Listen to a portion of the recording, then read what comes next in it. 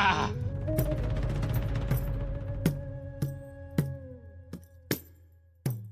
वरच्या डोंगरी खालच्या डोंगरी, मी खीर खाल्ली तर बुड घागरी. गुळ. आता घागर बुडाली तरी चालेल, पण आज खीर खायची, तोंड गोड करायचं. अगं बाई, काय हो हे? खीर? हो काय खीर? तुम्ही कुठे चुली पुढे बसलाय? काय हो?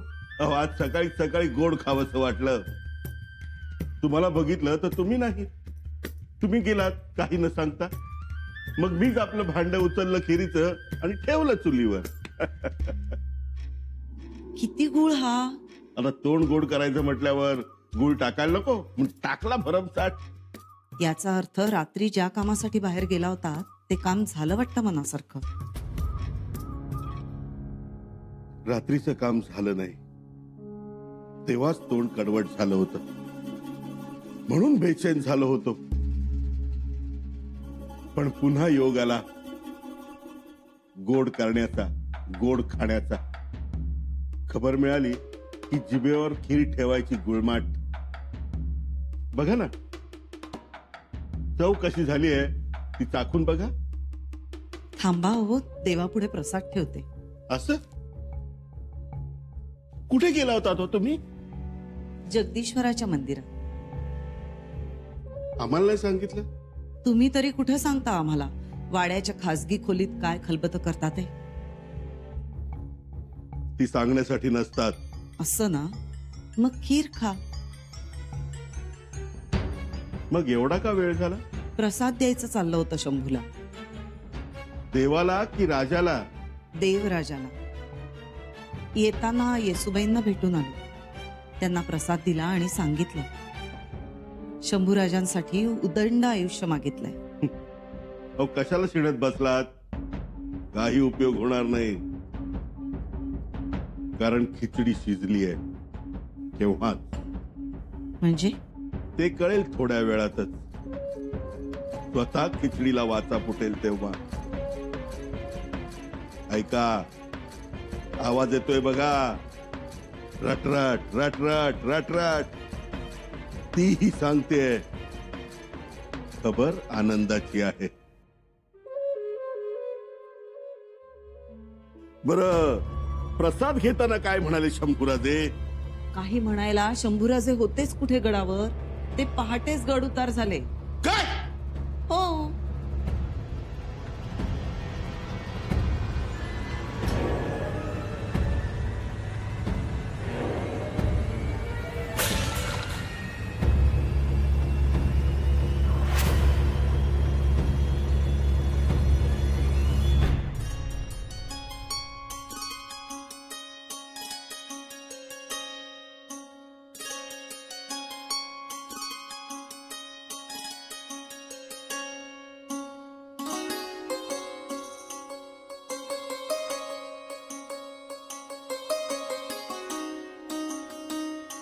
राजे?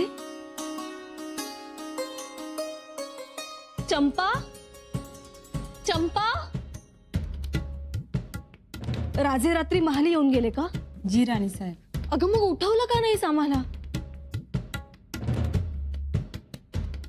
अरे देवा, काय हे? स्वारी पत्र ठेवून जाते आणि आम्हाला त्यांच्या पावलांची चाहूलही लागत नाही. एरवी त्यांच्या पावलांची चाहूल एवढ्या लांबून लागते, पण यावेळी मात्र एवढी काळ झोप लागली की त्यांच्या पावलांची चाहूलही लागली नाही आम्हाला.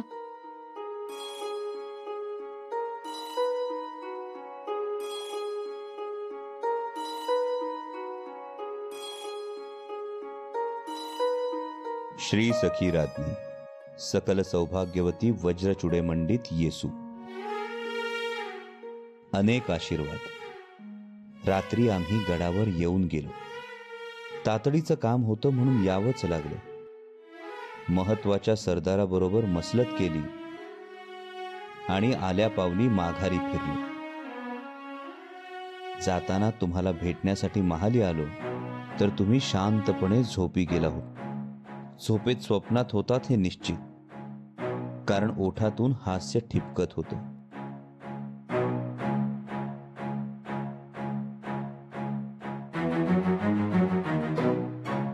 गालावर नेहमीप्रमाणे खळी पडलेली होती आणि आपण राजे राजे असं पुटपुटत होतात.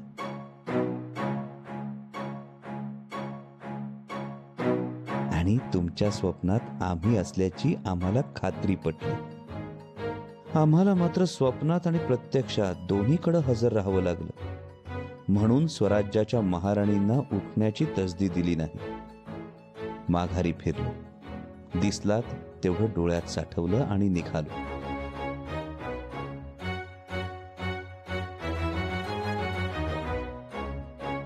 शिराळा इथं सैन्य संचयिनी आहे. निघताना मनात एकच विचार होता, जशा तुम्ही निर्धास्त झोपी गेला होतात तशीच आपल्या रयतेलाही निर्धास्त झोप असावी आणि त्यासाठीच आमची ही धडपड.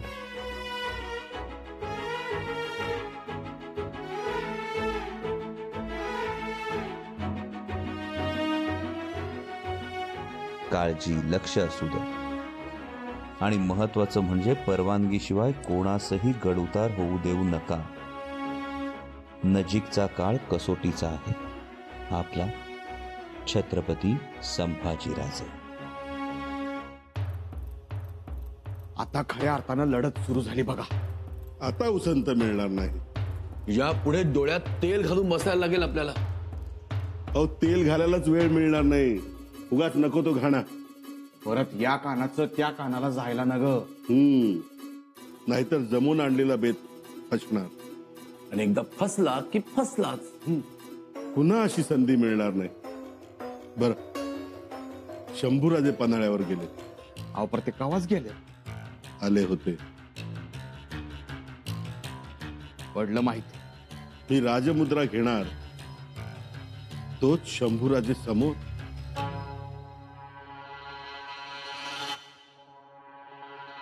लक्षात ठेवा, महाराजांच्या दुप्पट आणि आपल्या 10 पट माणूस सावध आहे. मला शिक्का मिळाला नाही तो त्यांच्यामुळे. पंत, खबरदारी घ्या. मी बापूजी आणि सूर्याजी यांना पन्हाळ्यावर पाठवलं. त्या आघाडीची काळजी मिटली. पण खात्री आहे ना तुम्हाला ते काम योग्यच करतील म्हणून? हो, पन्हाळ्यावर त्यांचा राबता आहे. मुदपाक खाण्यात काम करणारे आहेत ते. त्याची चिंता नाही. मग जिंकलोच की. सूर्याजी शंभूराजांना जो मासा आवडतो तो पकडण्यात तरबेज. मासा, मासा, ससा, हरिण, माणूस, काही गळाला तर काही जाळ्याला सापडतात त्याच्या. शंभूराजेंना कोणता मासा आवडतो? पन्हाळ्यावर मुक्काम असला की वारणेतला मरळ मासा रोज म्हटलं तरी खाणारे ते. ते पन्हाळ्याचं सोडा हो. अकबराचं काय करायचं ते सांगा. तुम्ही अकबराच्या बाबत निर्धास्त राहा. तुम्ही माझ्या सोबत चला. मी आज तुमची भेट घालून देतो. भेट होईल ना. मी आज वकील म्हणून बातचीत करून आलोय. मी आज तुम्हाला स्थितीत पात्र घेऊन जातो. पुढचं तुम्ही बघा. अहो, तिथपर्यंत घेऊन तर चला. कोण वाघ आहे तो दाखवा. जरी वाघ असला तरी त्याच्या पाठीवर थाप मारून त्याला जाग करायचं आणि त्याला दावं लावायचं काम माझं. मोठी हिम्मत खरं तर, आणि काळजीही तेवढीही. हो ना, नाहीतर कोण येतं एवढी धावपळ करून. आले आणि गेले रातोरात. कविराज, राजांना कर्तव्य एवढं मोठं वाटतं की आमचीही भेट घेतली नाही त्यांनी. फक्त 4 ओळींचं पत्र लिहिलंय. त्यातच सकाळी बत्ती शिराळ येथे सैन्य संचयनी आहे म्हणून तातडीनं गेले. विश्रांती अशी नाहीच. कविराज, राजे एवढं करतायत, मग आपण किती करायला हवं? हो ना, आपणही त्यांच्याच दौडीने चालायला पाहिजे. चालायलाच पाहिजे निळोपंत. बघा ना, आज राजे पन्हाळगडी आहे, तरी देखील उत्तर भागाची सीमा त्यांना कमकुवत आहे असं लक्षात आलं. मग काय, नेरातील सरदार बोलावून मसलत केली, जबाबदारी दिली आणि गेलेही. बेहतरीन काम, विजेचा वेग आणि अफाट बुद्धी. आता आपल्यालाही कल्याण आणि भीमाशंकर डोंगरांकडे लक्ष पुरवायला हवं. निळोपंत, जी राणी साहेब. सरदार बाबाजी ढमढरे गडावरच आहेत. त्यांच्याशी सुरक्षेच्या पुढील नियोजनांचं बोलून घ्या आणि तेही स्वतः जातील. जी राणी साहेब. त्याचबरोबर सरदार येसाजीराव दाभाडे त्यांनाही सोबत घ्या. कविराज, जी. दुसरी गोष्ट म्हणजे गडाच्या सुरक्षेचीही आपल्याला काळजी घ्यायला हवी. स्वराज्यात गुप्त गस्ती सुरू कराव्या. जी राणी साहेब. राजे अचानक येतात जातात आणि आपल्यासाठी संदेशही लिहून ठेवतात. याचा अर्थ राजांना नक्कीच कशाची तरी चाहूल लागलेली आहे.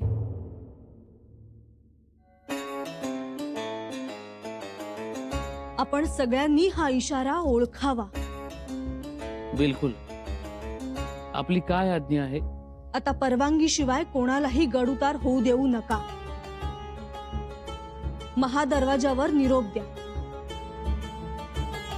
आणि अनाजी पंत हिरोजी काका नाही आले?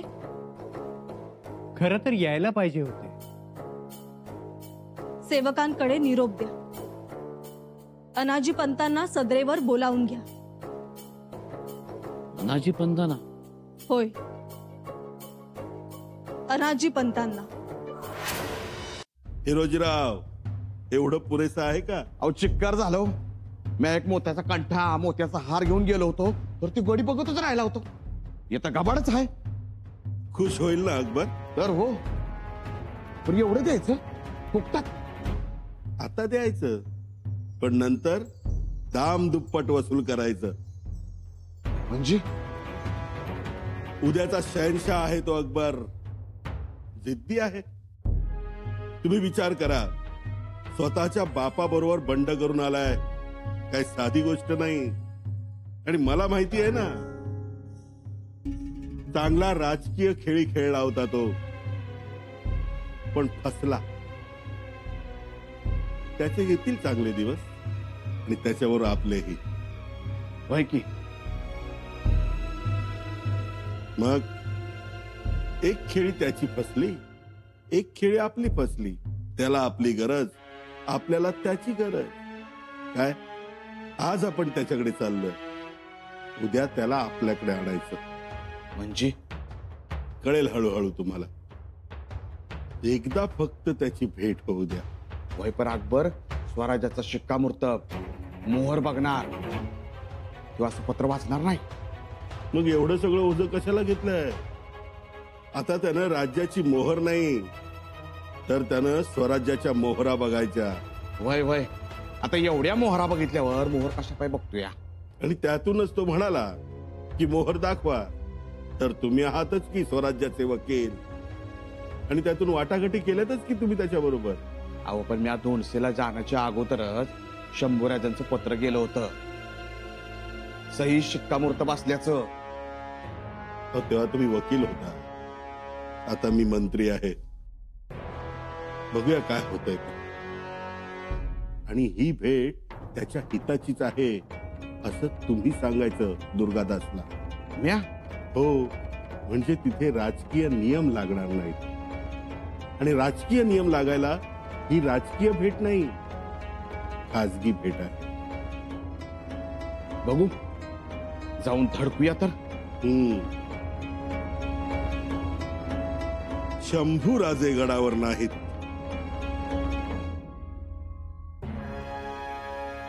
या संधीचा फायदा आपण घ्यायचा. चला. क्या बात है बादशाह, आपका मिजाज कुछ ठीक न लगे? हालात ही कुछ ऐसे हैं राणा जी, आप देखिए ना. एक सच्ची बात कहूं, थारे को ऐसा उदास देखकर मारे दिल को बहुत दुख लागे. राणा जी, आपका ये प्यार हमारे लिए सम्मान है, हम जानते हैं इस बात को।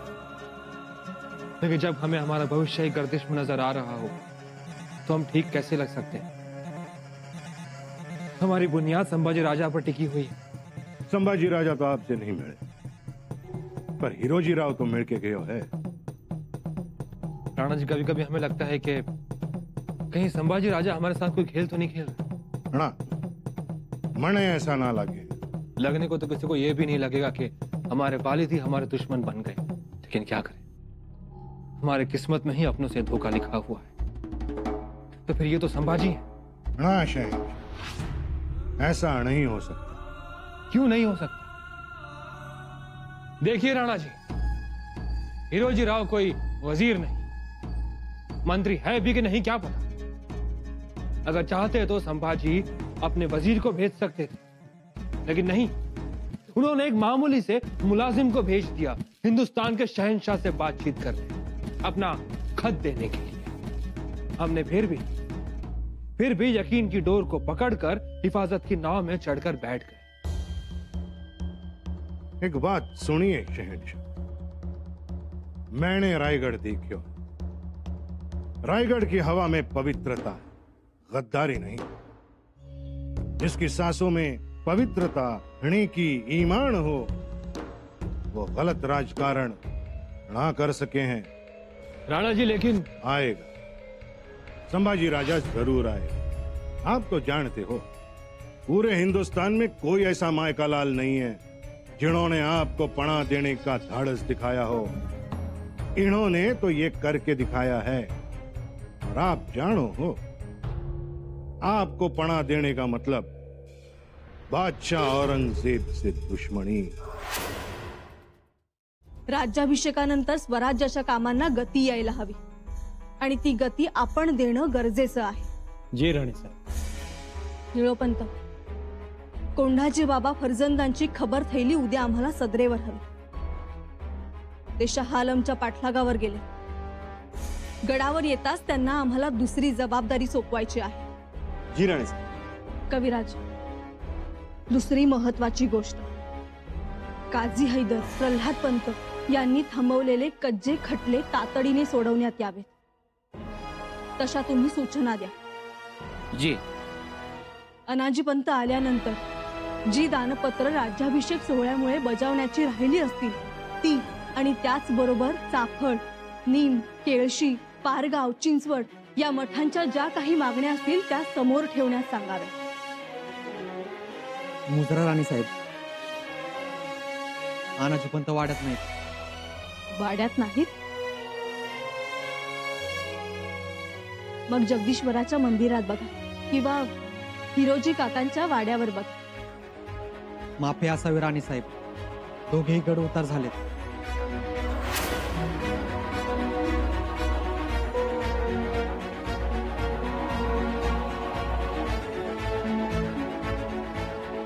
गड उतार झाले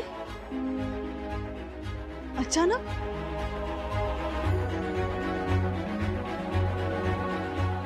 कोणतीच वर्दी न देता?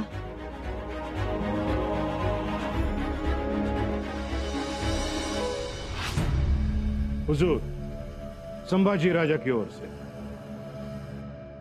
अब तो आपको यकीन हो गया कि संभाजी राजा बयान के भी पक्के हैं और व्यवहार के भी।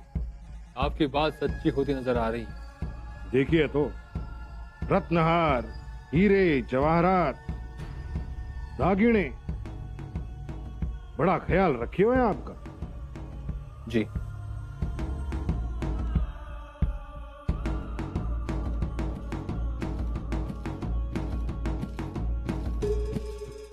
लेकिन राणा जी, हम खुद संभाजी राजा से मिलना चाहते हैं। होगा, वो भी होना ही है। अब तो उनके अमात्य मंडल के मंत्री भी आपसे मिलना चाहते हैं। अमात्य मंडल के मंत्री? और मंत्री भी कौन? कौन? बड़े ऊंचे शिवाजी महाराज के समय के मंत्री। नाम क्या है उनका? सुनेंगे तो खुश होंगे आप। ये मंत्री अमात्य बड़ी ऊंची चीज है। शिवाजी महाराज का जब राज्याभिषेक हुआ था, तब राजा के माथे पर छत्र धरने का मान इनको मिला था। इतना ही नहीं, इनकी चतुराई और दीर्घ दृष्टि के क्या कहना।